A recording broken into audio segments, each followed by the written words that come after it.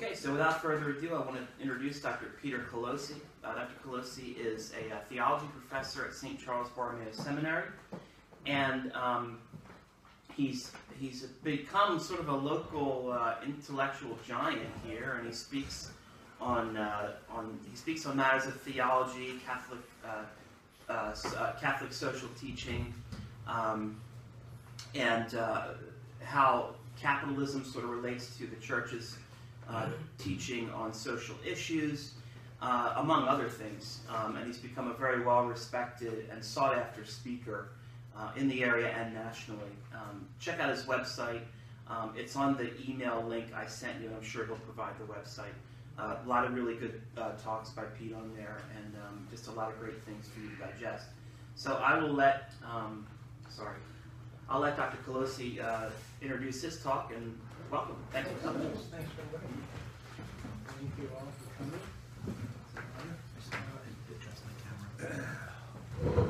Maybe while he's doing the camera, we can begin with a Hail Mary. Hail Mary, full of grace, the Lord is with thee. Blessed art thou amongst women, and blessed is the fruit of thy womb, Jesus. Holy Mary, Mother of God, pray for us sinners, now and at the hour of our death. Amen.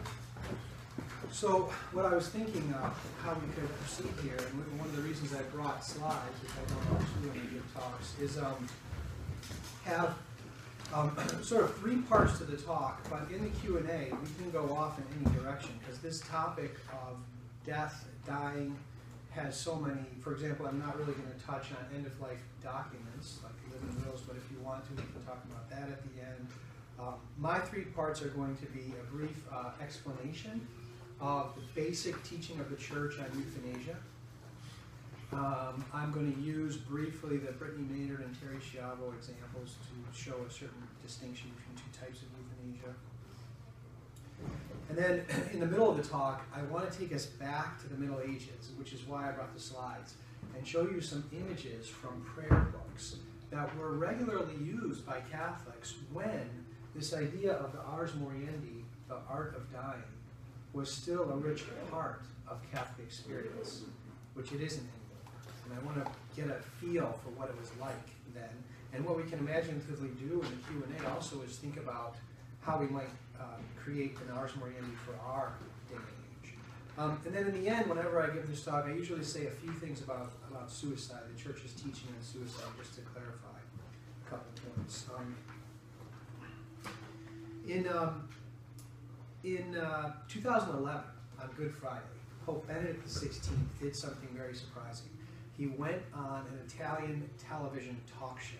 I don't know if you remember this. He sat there, and people could ask him questions. It was on like one of those Rai stations, and now he knew the questions ahead of time, but they were deep questions. I remember one Japanese 7-year-old girl asked him. It was right after the tsunami had hit, and she just said, "You know, you're the Pope. Why you're in touch with God? Why did all my friends have to die?" You know, those are the type of questions he was asked. And I want to begin by reading to you a question that a woman asked him, and then read his answer to you to put a picture in our minds. So the woman's name was Maria Teresa, and she said, "Your Holiness, has the soul of my son Francesco, who has been in a vegetative coma since Easter Sunday 2009, left his body, seeing that he is no longer conscious, or is it still near him?" That was her question. Is his soul gone now? Been in a coma for 2 years. Benedict answered, "Certainly his soul is still present in his body. The situation perhaps is like that of a guitar whose strings have been broken and therefore can no longer play. The instrument of the body is fragile like that. It is vulnerable, and the soul cannot play, so to speak, but remains present. I am also sure that this hidden soul feels your love deep down. Even if unable to understand the details, your words and so on, he feels the presence of love." The Pope continued, "Your presence, therefore, dear parents, dear mother, next to him for hours and hours every day is the true act of a love of great value, because this presence enters into the depth of that hidden soul. Your act is thus also a witness of faith in God, faith in man, faith and commitment to life, respect for human life, even in the saddest of situations. I encourage you, therefore, to carry on, to know that you are giving a great service to humanity with this sign of faith, with this sign of respect for life, with this love for a wounded body and a suffering soul. So it's clear that the Pope thinks this boy is fully present. He's got the full dignity of the human person, his body, soul, unity is together, and he is there. It's just his consciousness is diminished. Okay. So that brings up this foundational question with respect to the sick and the dying. Is the sick or dying person placed at the center of attention, or is the sick or dying person abandoned, isolated, and ignored? That's like the fundamental question. Sick person at the center of attention, or do we abandon the sick person and the dying person? And we can keep this question in mind when we ask ourselves, why exactly is it that the pro-euthanasia side and the pro-life side both claim that they are the compassionate ones, that they are the ones expressing love, but they both yield the opposite conclusion? The pro-euthanasia side yields the conclusion we can kill them, and we say we would never kill them. But both claim they're being loving, okay? And what I'm going to try to show is that it's actually an opposite of love. In fact, maybe I will just do that right now before we get into the definition of euthanasia. Get right to the heart of the matter. If you want to understand a way to argue against that problem, both are saying they're loving, but these will kill and these won't, then what you have to do is think out what the opposites to love are and show that even though they're using the word love and compassion, actually what they're doing is one of the opposites of love. One opposite to love, the most obvious one, is hatred. And I think we can say that people who participate in euthanasia don't hate the people they're killing. I mean, sometimes they might, but they're not. I don't think Brittany Maynard's mother hated her. So that's not the opposite to love that's going on there. Another opposite to love, slightly different from hatred, is using a person. That's like, for example, what John Paul II likes to write about in his books Love and Responsibility and Theology of the Body. He describes what the opposite to love is, which is to use another person rather than respect a person as an end.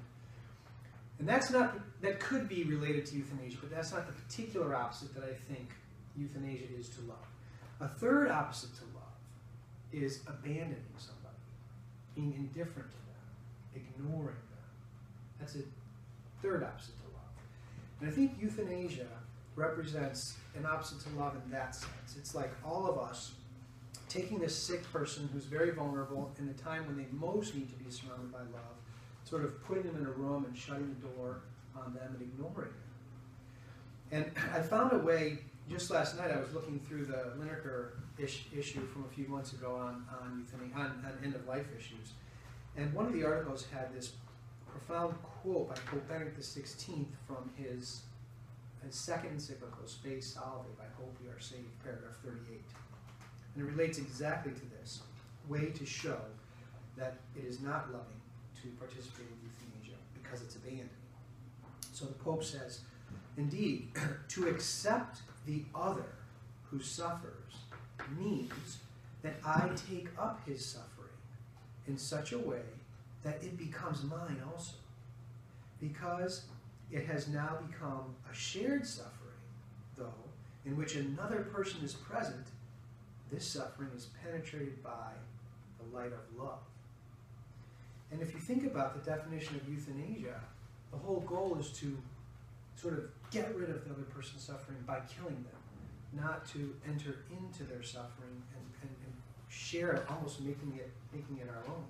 So that's a challenge that I think we all have to think more deeply about, but those are a few, I think, leading, how do you show that theirs isn't loving and ours is, that they have an opposite? And I think it's this idea of abandonment. Euthanasia is abandoning somebody.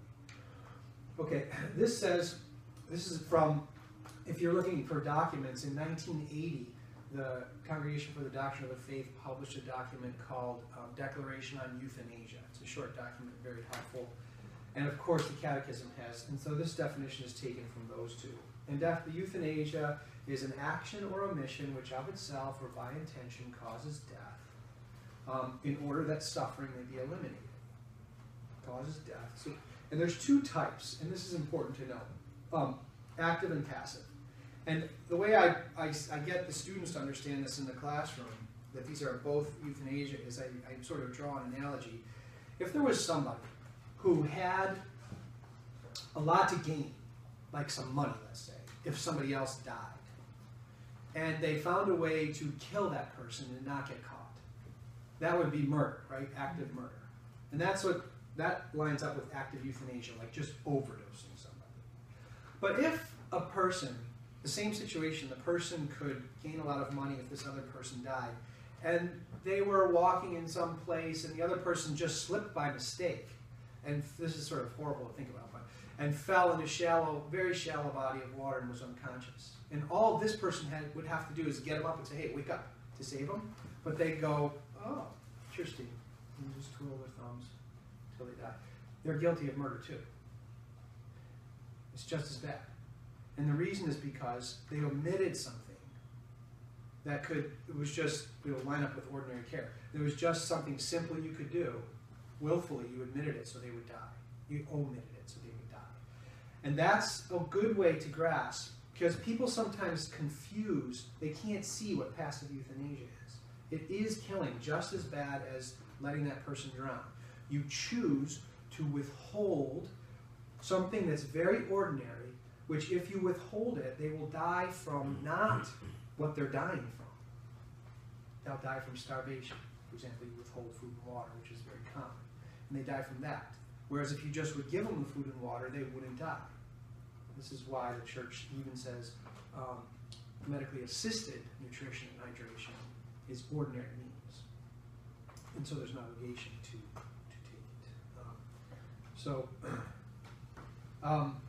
So now that brings up this question of whether it is more acceptable to refrain from or cease medical intervention.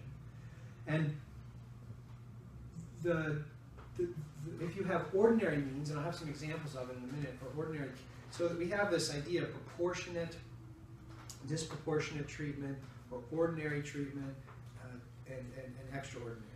And the church is clear that each case is unique. So the people, and the patient gets to decide, or the proxy, if extraordinary treatment will be foregone or not. And with extraordinary treatment, we can get into some examples in a minute. The moral point is that you can choose if you want to accept it, or if you've had it already and you want to stop it, discontinue it. You can choose. Either one is morally right. So somebody might want to keep having extraordinary treatment, say, because they're waiting for someone to come, they want to talk to them. All right. But with ordinary care, there's a moral obligation both for those of us and for medical professionals and for the patient, which is sometimes hard. A moral obligation, because it would be a disrespect for your own life not to accept ordinary. So Dr. John Traveline isn't here, but I really like this little practice he has with the residents at his hospital.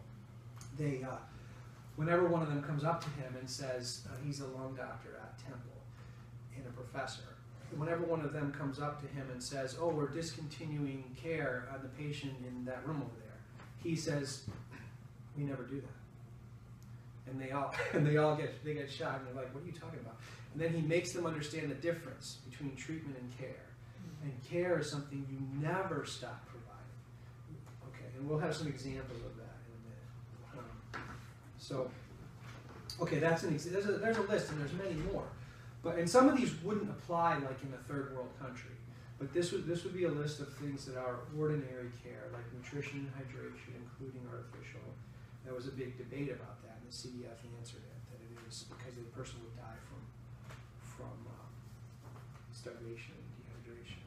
And in that same issue of the Lineker Quarterly, Bobby Schindler has a short article in which he describes how common it is for people to die this way. It is euthanasia widely practiced. Obviously, cleanliness, warmth in the room, bed care, clean sheets, turning the people over so that, and so forth, moving them, appropriate rehabilitative care, monitoring signs, even I think blood transfusions, antibiotics. I was teaching this last semester, and one of the seminarians said that, I don't know if it was his uncle or somebody, but he was, not yet at the moment of death, there was more time, but he was a diabetic.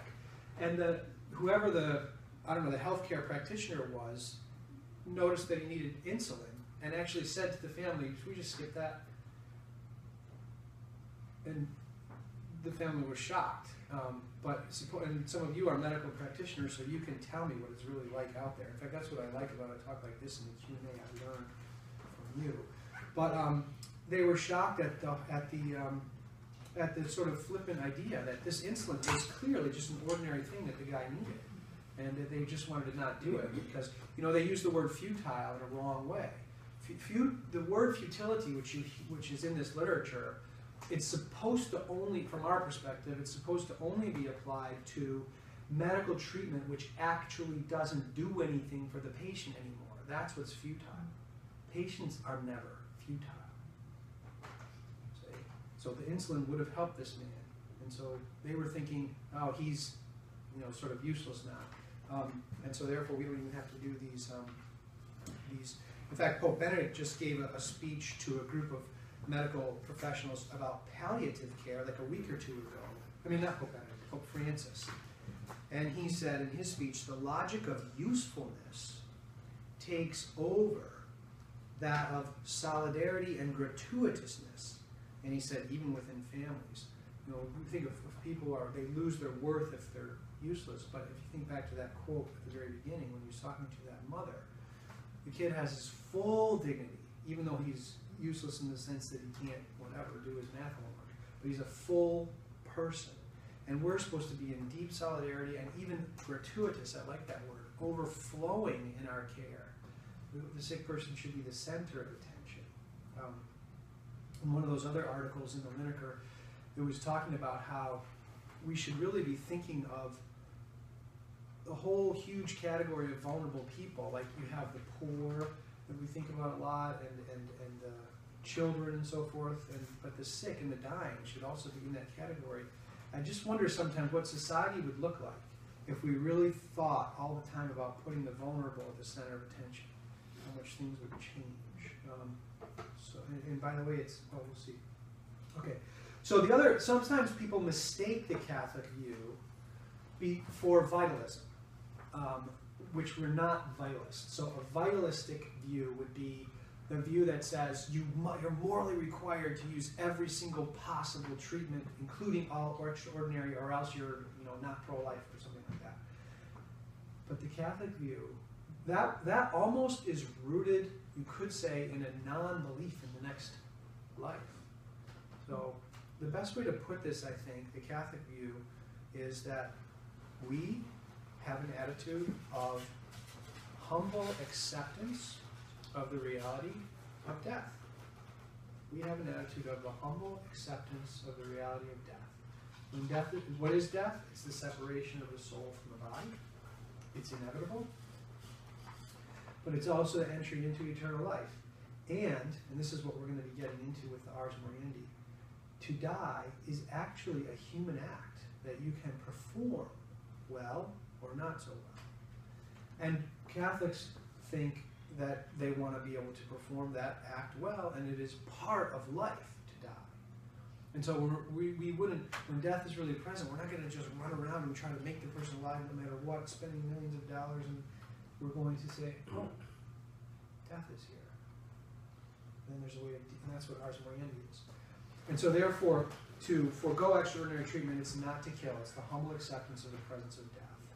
When the patient can decide, and it is not to neglect the patient to stop extraordinary treatment, because you're still going to be giving all the ordinary and many more things than just medical care, which we will see in a minute. These two cases, you're probably very familiar with both of them. And I just thought I would mention them briefly. The Terry Schiavo case was, the best way I think to understand that is to say that she was not dying. She was not dying.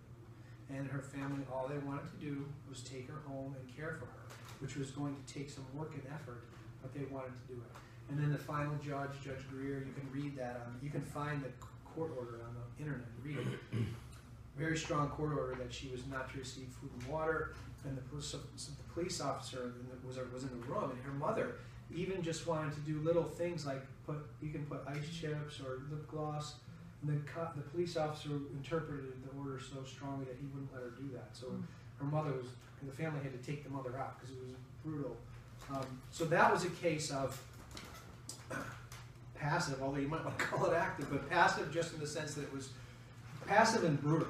Let's call it that. And then the case of Brittany Nader is what's called physician-assisted suicide. And there, whereas Terry Schiavo was sort of state-sponsored killing this woman, physician-assisted suicide is legal in some states, and it's, by the way, in Connecticut, they're trying to make it legal. And I don't know if you saw, and if we have time, we'll show a 2-minute video at the end.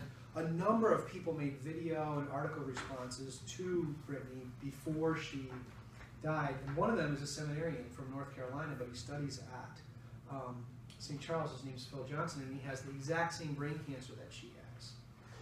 And it's a very beautiful piece. The day he published it, Time Magazine online picked it up and published his article. And he told me about the brutality of the responses he got back.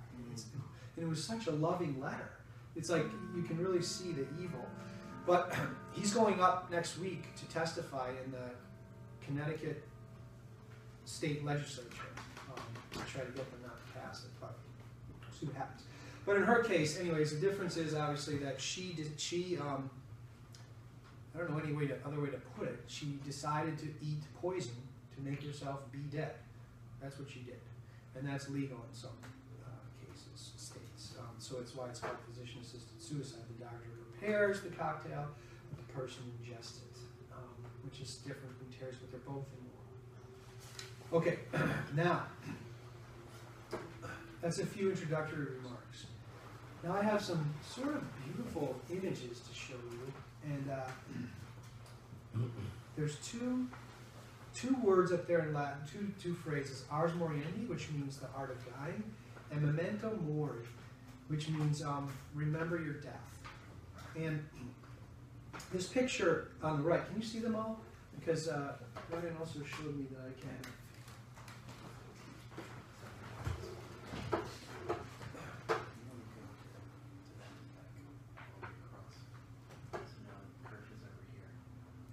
Is that a thing down there to make it big? You guys see? No, you just had it just a second ago. Okay, there we go. Oh, good. Yeah, thanks. So, Okay. Yeah. Okay. Now, thanks. So, so this one you're going to be surprised at the artist. That's actually by Pablo Picasso. So he had a realistic period, and he titled this. I don't remember the exact title, but it's something like Science and Faith, and it's very beautiful. So the woman in the bed is dying. The doctor is still present. We could say holding her, checking her pulse, but also warmth of his hand against her hand. But she is turning away from him, which means the role of science and medicine is over, death is present. And she's turning towards the nun and the child who represent religion and the family, which is what takes over. It's also present throughout, but takes over when medicine is over. So it's a very beautiful image which expresses this idea. We're going to get more deeper ones in a minute too. Just going to go there you go. like this and like this. Now that is, I have an image of the whole work of art later. That's a work of art by Gian Lorenzo Bernini, a 16th century, I was going to say sculptor, but he's an artist in every single thing possible. One of these true Renaissance people. It's death. It's the tomb of Pope Alexander VII. It's in St. Peter's Basilica. If you go to Rome, you have to go see this. Just walk all the way up to the Baldacchino, the main papal altar. When you get to the front of it, go around to the left, and it's right over there. And there's a door underneath it, which I'll show you in a minute, and it's death. And Bernini made marble look like a blanket, which is amazing, covering death's eyes, because you never know when he's coming, but there's an hourglass. us. He is coming. And the popes would oh, I gotta go like this.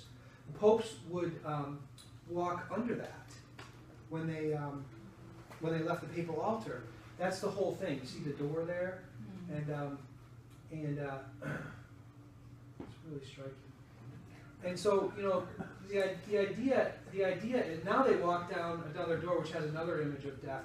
But the idea is when you're on the papal altar and you're all the pomp and glory is coming to you and everybody's worshiping sort of you, not really, but you think you're the greatest thing, you go under that door. And you remember you are dust. You're the Pope, but you're dust like everybody else. So there was this idea in Catholic tradition to remember your death. The Carthusians, when they had a guest come, the lay brothers could greet the guest. You know, Carthusians have silence all the time. And the greeting had to be to the guest, brother, remember your death. That was the greeting.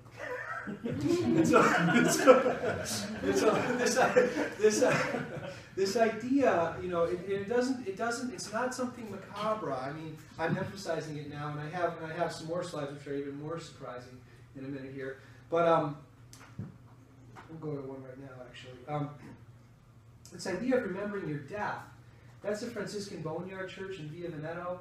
I don't know if you've been there, but it's a Capuchin church in the most expensive part of Rome, Piazza Barberini. Right next to this church, there's a small little, I wouldn't even call it a piazza, block of concrete between this church and a Lamborghini shop. Mm-hmm. It's all glass and there's all these Lamborghinis in there. When I would give tours of students, when we get there, I would say, "Now, if you'd like to thank me for the tour, here's a gift you can get from me." But the reason why it's put here, and this is really striking, is that what it is the ossuary of this church got full about 300 years ago or so, and they needed to empty it out. And so some anonymous friar got all the bones of all the dead friars from centuries and separated them into vertebrae and collarbones and so forth, and made a series of 5 chapels. Those are all human bones. Everything, the altar, everything's... When you walk in front of them, there are chandeliers above your head, like they're only about this high above my head, with light bulbs in them. They're made out of human bones. And it's down, it's underground a little bit. So I had a girl run in there hyperventilating once. So I always warn them before I bring them in there. But this idea of remembering your death is not meant to be, I mean, some people think this might be a little bit macabre, but it's really meant to make us think of the most important things of life. Here at Piazza Barberini, it's there to remind those opulent people that they're going to die too, just like the image where the Pope would walk under, and get them to realize that, wait a minute, there are more, the last things, you know, there are more important things in life than Lamborghinis, and I need to, and for centuries it's been the most wealthy part of the world, and people should think about their death, not just death happens, but I'm going to die. Me. First person, not third person. I don't know when, I don't know how, but it's going to happen. When you sit down and have that thought, it makes you think about the most important things. You don't have to do it all the time, but it's a part of our faith. And so this is on the ceiling of the last chapel, and there's a sign in the last chapel. It says what the bones are talking, and they say, what you are now, we once were, and what we are now, you will be. So now that's Memento Mori. And now Ars Moriendi, or this is sort of a both. So this is very interesting, and I'll blow these pictures up so you can see them bigger. So there were, especially because of the Black Death, but not only that, there was a need for people to have help in preparing for the art of dying. There were fewer priests and so forth, and so there developed this whole tradition, as I said, of Ars Moriendi, and part of it included images in prayer books that would help people to prepare for, or when they were actually dying, to think about the way to make their death a properly human act. And I have 3 sets of images here, and then later another image to make 2 different points. These 3 sets of images are, what they would do is have a picture of the vice that is you're particularly susceptible to when you're dying, and the corresponding virtue. So you would think about that to overcome the vice. And I have two examples here. One is, and so that people would look at these on their deathbed. So this one is, the vice is, you're going to lack patience, impatience. So you can see the guy has kicked over the table with the food on it that the people brought to him. The lady's all consternated. She can't deal with him. He's ripping his blanket off and yelling at everybody. So impatience is a particular vice that people have when they get close to dying. You know what it says? Sorry. I don't know those. I need to learn those Latin words. That's a good point. Are they Latin? Well, it's the top part is in German, and I switched those into English, but I never took the time to figure out. And I think those ones are in Latin. So if we have any people who are really good at Latin scripts, Because it looks like that one is coming out of the mouth of the dragon. it could be. Some of them are. You'll see the demons when we get to those later are talking. So impatience is and then patience is the virtue. So here he's in his bed, and he's surrounded by the saints, and he's patient again. And the demons are sort of frustrated, and they're expressing their frustration, and I'll work on that. I was thinking about that earlier today, getting those sayings. Now, the next one is really beautiful. Temptation to worldly goods.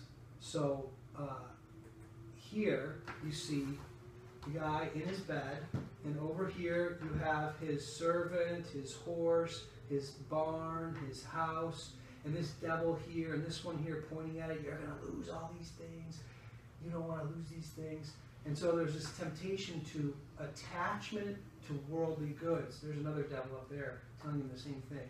Attachment to your worldly possessions that happens.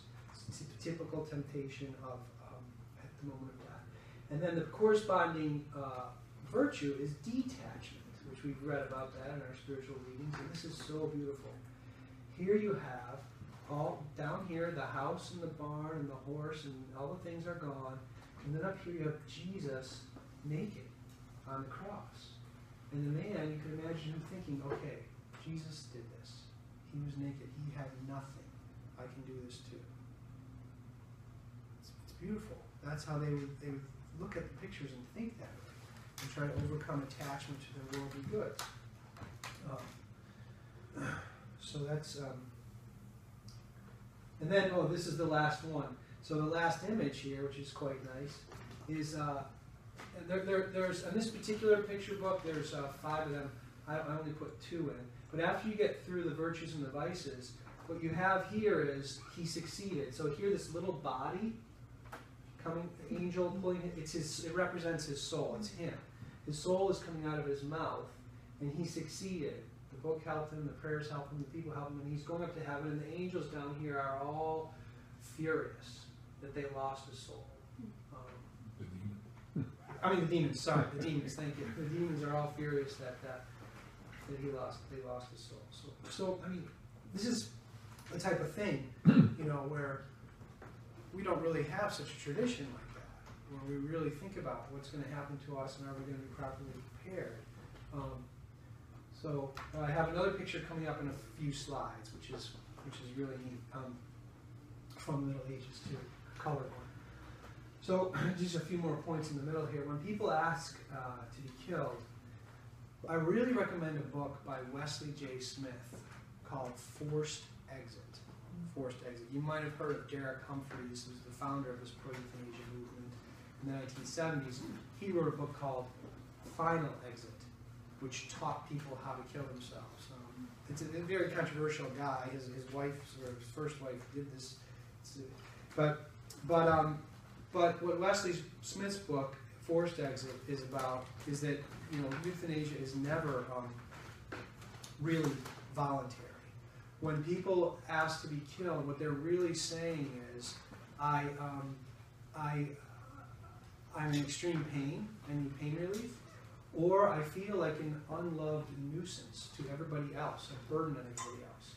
And so when the pain is relieved and they're surrounded with love, they stop asking. That's what the book shows. The book is, Wesley Smith is a lawyer, and he's a pro-life person, and he spends a lot of pro bono work just helping people who other people are trying to get. So it's a book of stories that he really experienced. And some of them are pretty sad. But one of the things, and some have happy endings, but one of the things he notices is that when the people get their pain relieved or have their loved ones surround them, they actually stop asking to be killed, and they are grateful that it wasn't heeded. And by the way, I just remember one of the stories in the book, which is one of the sad ones, but it makes the point that euthanasia is abandonment. There were one guy who wanted to do physician-assisted suicide, and these other 3 guys who were for one of these pro-euthanasia movements. And one of those 3, because what they do is they try to make people do it to make it become legal and so forth. So one of the 3 was going to the other guy who wanted to do it, and when do you want to do this? Which drugs? We can make it all happen for you. And over time, they noticed that he less and less wanted to do it, and they were like, "What is going on here?" And they realized that the sick man was starting to think that the man who was visiting him was becoming his friend. And as that grew, the less he wanted to kill himself. And the sad part is, they said, once they saw it, they said, "You're not going anymore." That's how evil their commitment to getting him dead was. But it shows that when people feel that closeness and warmth, they don't want to kill themselves.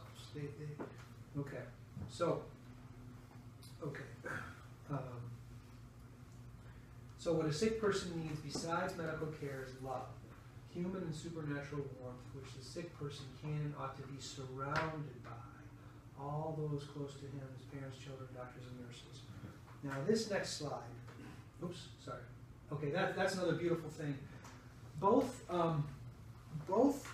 Another thing you might want to read, probably many of you have, is 1984 Apostolic Letter by Pope John Paul II called Salvifici Doloris, which on the Christian meaning of human suffering.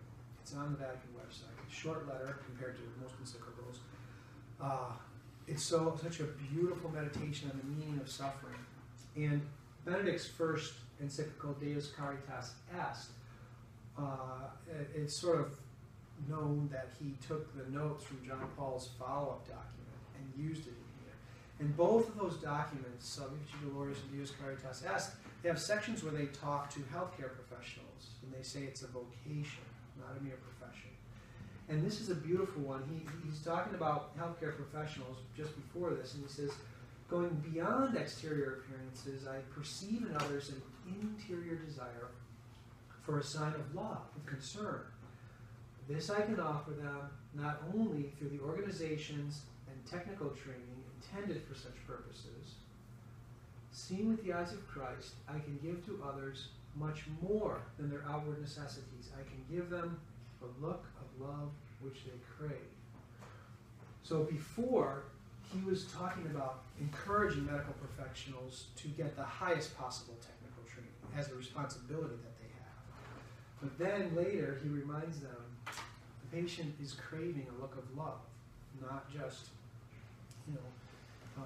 you hear these stories about referring to patients as numbers, and the room number or the appendix, and that's the extreme opposite. And then, now, I love this next slide. So this is from a prayer book. I can make it bigger, but I don't want to make it more blurry. From 1440. And let's see what happens if we make it bigger. From 1440. So imagine, people are looking at this in their prayer book. What you have there is the sick man in the bed. Notice the 2 big cushy pillows, which represent comfort he's been given. And his sisters, maybe his sisters or a sister or a friend, are holding his hands and touching his head and comforting him.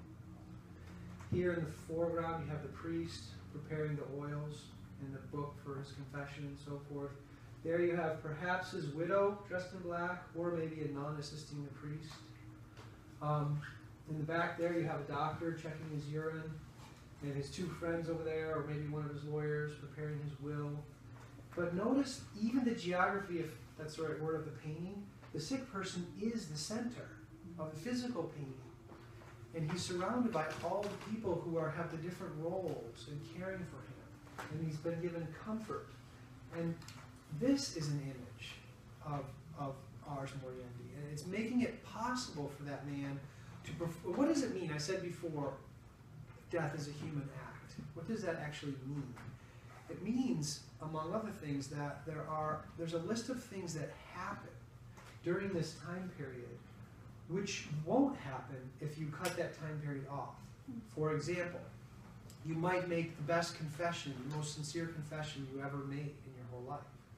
Or you might say things to the people you love that you never said before, that you wanted to, but you were afraid to, like we all are. Because this certain reconciliations happen at this moment. Another example for a Christian that happens now is redemptive suffering, which is rather mysterious, but we do believe that we can participate. Like when St. Paul says, I make up in my body what is lacking in the sufferings of Christ. He doesn't, John Paul explains that Bible verse in Salve Doors. He says, St. Paul doesn't mean that Christ's suffering wasn't enough to save us all. He means that we can genuinely participate in it with ours. Now, there's a paradox there, but it's true, we can. And so, redemptive suffering can happen in this part of our lives. We can offer it up for other people's redemption and so forth. That's why in Catholic teaching with palliative care, which, by the way, the Church is 100% in favor of palliative care, no one should die in excruciating pain. But Pius XII made an interesting distinction between palliative drugs which affect consciousness and those which don't. And he said special attention must be given to drugs which diminish consciousness. You have to talk to the patient because the person might want to not be unconscious so they can participate in making a good confession, talking to their loved ones, doing redemptive suffering, and so on and so forth. I was teaching this also in class, and I don't know if you remember a seminary named Jose Serrano. About 2 years ago, he passed away. He had brain cancer, and he tried to keep being a seminarian. They even actually had to remove his eye at one point, but he kept being. Eventually, he died. And I didn't know this, but one of the guys in the class was one of his closest friends. When I was making the point I just made, he said that Jose actually tried for a while to not have any pain medicine because he wanted to. But his pain was pretty severe, so he went back to it. But which is the Church's. I want to say that the Church is in favor of palliative care. However, you have to always balance it with the art of dying. Okay, so I just think this picture is beautiful, and when I said at the beginning it was part of our Catholic ethos, probably all Catholics would be familiar with this idea and with paintings like this back in the Middle Ages. Now I want to contrast it with this image I found online. Her hand isn't touching another human hand, it's touching a cold metal bar. And they're just all lined up in a row, and there's some doctor looking at a medical chart or a food tray, I don't know what. But there's none of that closeness and warmth. And I'm not knocking our modern medicine, I'm just saying there's some senses in which we've lost that warmth and closeness. Just watch the patient on the monitors. Yeah, and I hear that from you doctors. In fact, Brian told me that in the car about the electronic records are taking up all of your time from being able to be with patients. So here's a beautiful quote from Theology of the Body. It says, we can deduce the content of ethos from the structures and institutions of a society. The word ethos is difficult to define, but it means, you could say, the spirit which infuses a culture, and that from that spirit, certain institutions are formed. And so what John Paul's saying here is if you look at a culture's institutions, you can see what the ethos is in it. And how does an ethos come into existence? It comes into existence by the individual hearts of the people,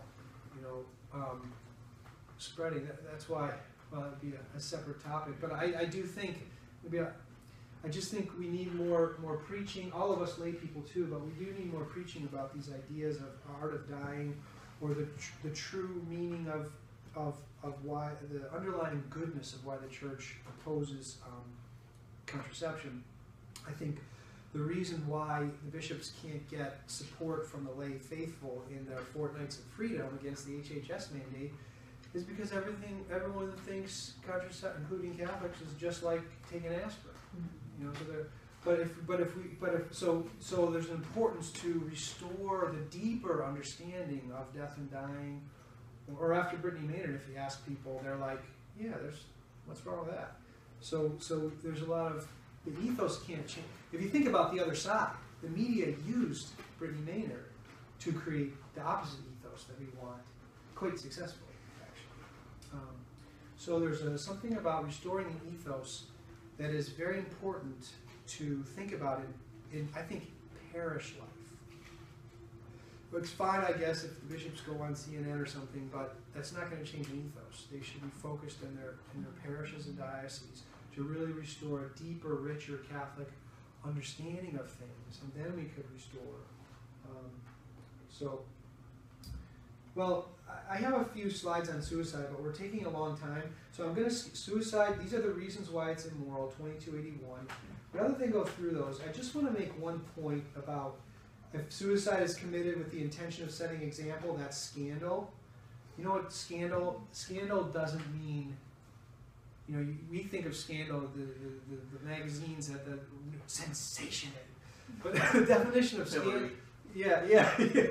But the definition of scandal in the Catechism is an act which, if you perform it, will cause a lot of other people to do it too. That's the definition of scandal. So Brittany's choice actually was scandalous because tons of people are now going to do that. And young people now, before her, people thought of this for very, very sick or elderly. Now they're thinking of it for 20-year-olds. But then I just wanted to say, I always do this whenever I bring up this topic of suicide, 2 points, and then we can have Q&A. From the Catechism. One is grave psychological disturbances, anguish, or grave fear of hardship, suffering or torture can diminish the responsibility of the one committing suicide. So we're not judging, even though I'm talking about her like this. I mean, if you watched her videos or her parents, there was no, in any of those, there was no sense of faith.